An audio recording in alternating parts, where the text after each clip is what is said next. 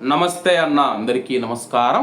ప్రస్తుతం ఫిబ్రవరి 28వ తేదీ నుంచి యుద్ధం జరుగుతూ ఉందన్నమాట.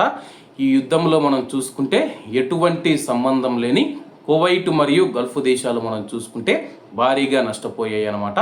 ప్రస్తుతం చమురునైతే ఇతర దేశాలకు ఉత్పత్తి చేయాలన్నా సరే కానీ ఎటువంటి రవాణా సౌకర్యం లేకపోవడంతో కువైట్ మరియు గల్ఫ్ దేశాలు ఇబ్బందులు పడుతూ ఉన్నాయి. ఇరాన్తో జరుగుతూ ఉన్న అమెరికా ఇజ్రాయిల్ యుద్ధంలో క్షిపణులు మరియు డ్రోన్ దాడులు గల్ఫ్ యొక్క పర్యాటక మరియు ప్రయాణ రంగాన్ని తీవ్ర ప్రభావితం చేసింది.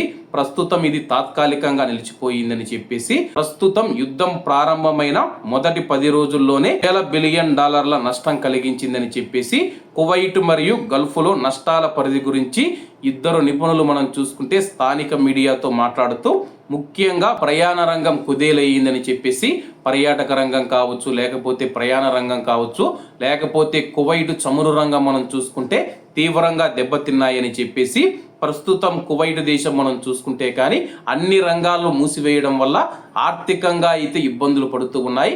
అలాగే కువైట్లో ఉన్న ప్రవాసులు కావచ్చు, గల్ఫ్ దేశాల్లో ఉన్న ప్రవాసులు ముఖ్యంగా భారతీయులు ఎవరైతే ఉన్నారో లక్షల మంది తమ దేశాలకు వెళ్లేందుకు లెక్క ఎక్కువగా ఖర్చు పెట్టాల్సి వస్తుంది. ఎందుకంటే చమురు ధరలు ఉన్నట్లుండి రెట్టింపు ధరలు అయ్యాయన్నమాట. $65 ఉన్న చమురు బ్యారెల్ ధర మనం చూసుకుంటే ఉన్నట్లుండి $120లకు చేరుకోవడం జరిగింది.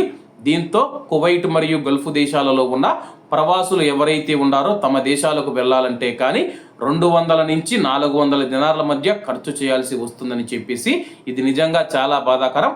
ప్రస్తుతం యుద్ధంతో ఎటువంటి సంబంధం లేని కువైట్ మరియు గల్ఫ్ దేశాలు 10 రోజుల్లోనే మనం చూసుకుంటే కానీ $10,000 బిలియన్ నష్టాన్ని చవిచూశాయి.